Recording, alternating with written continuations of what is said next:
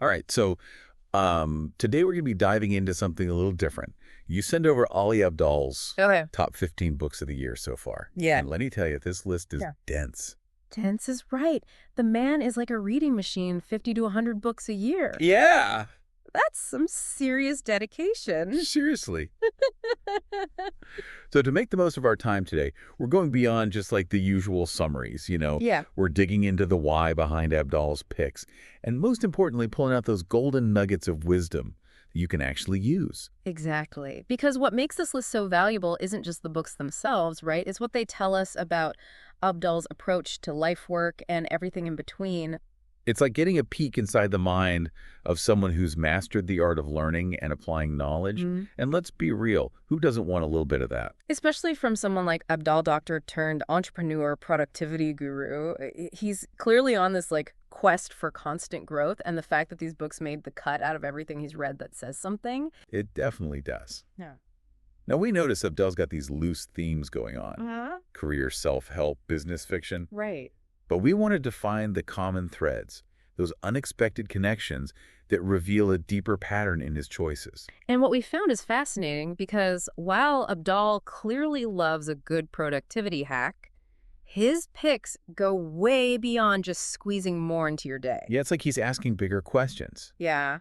What does it actually mean to live a good life? Right. How do we find fulfillment, not just success? Exactly. And that really comes through in his pick, Beyond Wealth. Okay. You'd think with a title like that, it's all about, making bank, but it's actually the opposite. Right. It's about finding happiness outside the traditional markers of success, Mm-hmm. which coming from someone like Abdal, who's clearly doing well for himself, that really piqued my interest. And what's fascinating is that the author Alexander Green used to be all about financial success. Yeah. He was an investment newsletter publisher, for goodness sake. Wow. But he came to this realization that true wealth is about so much more. Okay, so what's one concrete example from the book?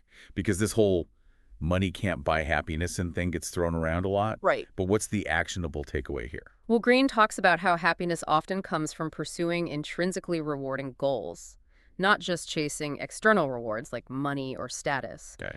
Things like spending time with loved ones, pursuing creative passions, or contributing to something larger than yourself. It's about finding joy in the journey, not just the destination. Yeah. It makes you wonder how many people are out there chasing a definition of success that might not actually make them happy.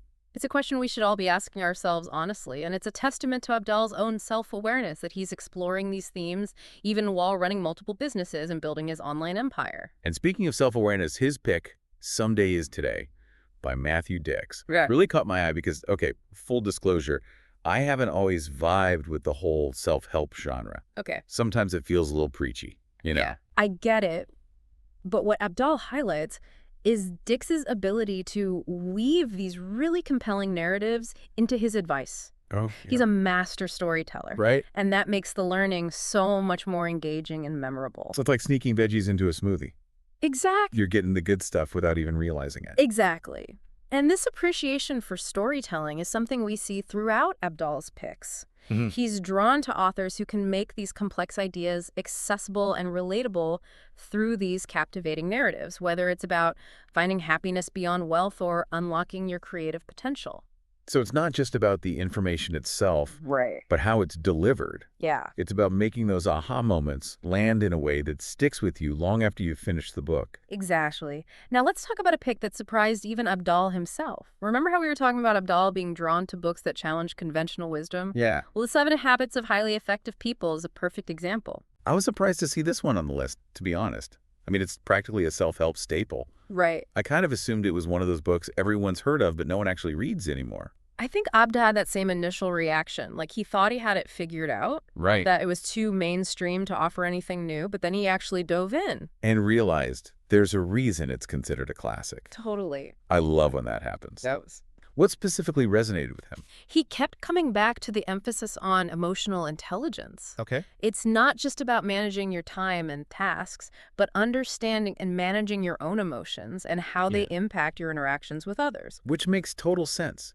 Because haven't we all worked with someone who's like technically brilliant, but completely clueless when it comes to people skills. Exactly. And in today's world where collaboration and communication are more important than ever, emotional intelligence is no longer a nice to have, it's essential. It's a good reminder that even the most popular, widely read books can hold hidden depths depending on where you are in your own journey. Absolutely. Now let's talk about a book that perfectly embodies Abdal's love for actionable advice. The Three Alarms by Eric Partaker. You seemed excited about this one earlier. Yes, it really resonated with me, especially the whole, like, 3 alarms technique for managing your day. Have you tried it? I've dabbled with it. It's incredibly simple, yet so powerful. Abdal still uses it today, actually. He sets 3 alarms, one at 9:00 a.m., one at 5:00 p.m., and one at 6:30 p.m. Okay. Each alarm serves as a reminder of the identity he wants to embody during that part of the day. It's like a mental reset reminding you of your priorities and how you want to show up. Yeah, I love that it's not about cramming more into your day, but being more intentional with the time you have. exactly. And it ties back to that theme of self-awareness that Abdal seems to value so much. It's about being present, focused, and aligned with your goals, both personally and professionally. Now, speaking of professional goals, Abdal also highlighted Scorecard Marketing by Daniel Priestley. I'm curious about this one because it seems a bit more niche, Yeah. even for the entrepreneurial crowd. You're right. It's definitely geared towards business owners. But the core message is surprisingly relevant for anyone, regardless of their profession. Okay, I'm listening. Priestley emphasizes the importance of lead generation as the foundation of business success. Okay. It's about understanding why people buy, how to identify your ideal customer, and then creating systems that consistently attract those customers to you. So it's not just about having a great product or service. Right. It's about making sure the right people know about it. And that's where Abdal had his aha moment. Yeah. He realized that despite his success, he hadn't been intentional enough about his marketing. He'd been relying on organic reach and word of mouth, which can only take you so far. I think that's a trap a lot of us fall into, assuming that if we build it, they will come. Right. But it takes more than that, especially in today's crowded online space. Precisely. And what's interesting is that Abdal's next pick takes us in a completely different direction, from strategic marketing to the world of serendipity and chance encounters. You're talking about the luck factor. Okay, this one really intrigued me. Is it really possible to, like, hack luck? That's the question Richard Wiseman sets out to answer. And what he found through his research is that while some people might seem inherently luckier than others, it often comes down to mindset and how they approach opportunities. So it's not just about wishing for good things to happen, Right. but actively creating the conditions for those lucky breaks to occur. Exactly. Wiseman talks about things like being open to new experiences, networking with intention, and adopting a positive yet realistic outlook on life. These aren't like mystical practices. These are practical steps you can take to increase your chances of encountering good fortune. So instead of just waiting for good things to happen, it's about cultivating an attitude and lifestyle that makes you more receptive to them. I like that. It's like that saying, luck is what happens when preparation meets opportunity. And Abdal must have taken those insights to heart because years after reading The Luck Factor, he actually interviewed Richard Wiseman for his podcast. There you go. That speaks volumes about the book's impact, right? Right. It's clearly stuck with him. Now, ready for a bit of a shift? Okay. Because our next pick delves into a topic that's both fascinating and potentially controversial. Yeah. Masculinity. The Way of the Superior Man by David Deida. Okay. This one tends to spark a lot of debate, and it's important to acknowledge that going in. Definitely. It sounds like it touches on some sensitive topics. What's Yeah. Abdal's take on it? Well, he's very upfront about the fact that some of Deida's views can be polarizing. But what resonated with him was the book's exploration of purpose responsibility and what it means to embrace masculinity in a healthy and constructive way. I can see how that would be appealing, especially in a time when traditional notions of gender roles are constantly evolving. Exactly. And while the book's language might feel a bit outdated to some, the underlying themes of self-discovery, authenticity, and personal responsibility are certainly relevant for anyone, regardless of gender. It's a good reminder that sometimes the most valuable books are the ones that challenge our perspectives and push us outside our comfort zones, even if we don't agree with everything they say. Absolutely. Now let's switch gears from self-improvement to something a little more expansive. Sapiens, A Brief History of Humankind. It's a modern classic that's taken the world by storm. It's one of those books I feel like I should have read by now, Yeah. it's on my intellectual bucket list. Yeah. Did Abdallah have any initial reservations about diving in? He did. Just like he felt like it was almost too popular. Like Yeah. maybe he'd absorbed all the key points through cultural osmosis, but once he got past that initial resistance, He was hooked. completely, he talks about how engaging the writing is how Harai manages to make these complex historical events come alive.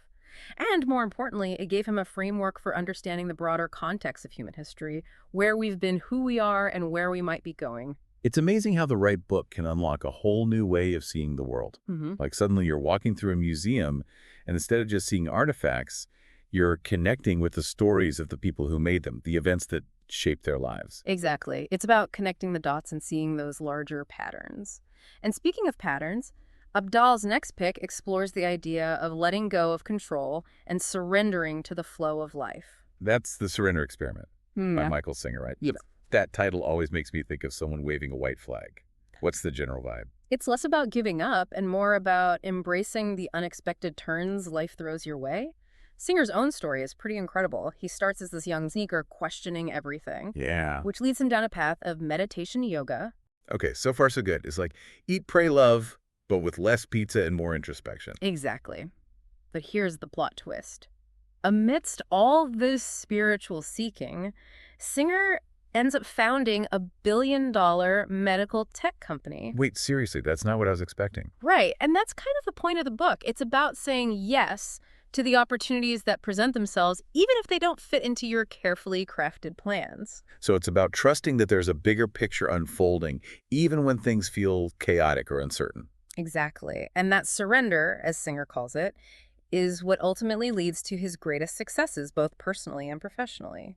You know, it's funny how a simple shift in perspective can completely change how you experience the world. It really is. It's like you're putting on a new pair of glasses and suddenly everything's in focus. It's that feeling of like, oh, I didn't realize I was looking at it the wrong way this whole time. Exactly. Okay, so we've talked about finding happiness beyond wealth, mastering the art of storytelling, embracing emotional intelligence, the power of surrender. What other gems did Abdal unearth in his reading journey this year? Well, his next pick takes us into the realm of fiction with The Seven Husbands of Evelyn Hugo by Taylor Jenkins Reid. Oh, I've heard of this one. Yeah, have you read it? I haven't yet, but it's been on my list.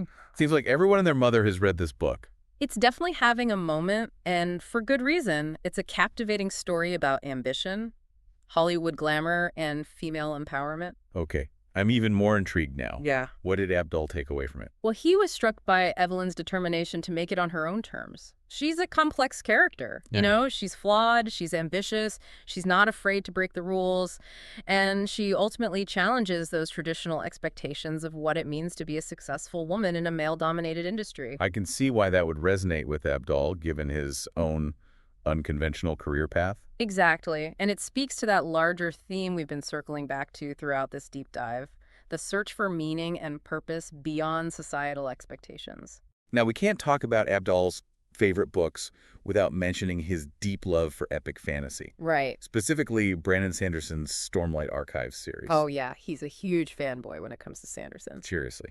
So for those of us who aren't familiar with this particular fantasy world, what's the elevator pitch? Okay, so imagine a world where magic is real, giant, fantastical creatures roam the land and heroes are battling ancient evils. The Stormlight Archive is epic in every sense of the word. We're talking intricate world-building, complex characters, high-stakes battles, and these really emotionally resonant climaxes. Wow, it sounds like Sanderson has thought of everything. Right, and that's what Abdal loves about his writing. He admires Sanderson's ability to create these immersive worlds with their own unique rules and systems while still telling deeply human stories about courage, sacrifice, and the struggle between good and evil. It's like escaping into another reality, but one that still offers insights into our own world and experiences. Exactly, and I think that's the power of fiction at its best. It allows us to explore different perspectives, confront our own biases, and step outside the confines of our everyday lives. It's a reminder that no matter how much we think we know, there are always new worlds to discover both within ourselves and within the pages of a good book. Couldn't have said it better myself. So as we wrap up this deep dive into Ali Abdaal's top 15 books of the year so far, Yeah. I'm left with this one question. What seemingly mainstream book might surprise us with its depth, if we gave it a chance? That's such a great question. And it makes you think about all those books we might be overlooking simply because we've already formed an opinion about them. Exactly. Yeah, So maybe it's time to challenge those assumptions, dust off an old classic, or finally pick up that book that's been sitting on our shelf collecting dust. You never know what hidden gems you might uncover. absolutely. And on that note, I think we've earned ourselves a trip to the bookstore. Yeah, I mean... Until next time, happy reading, everyone.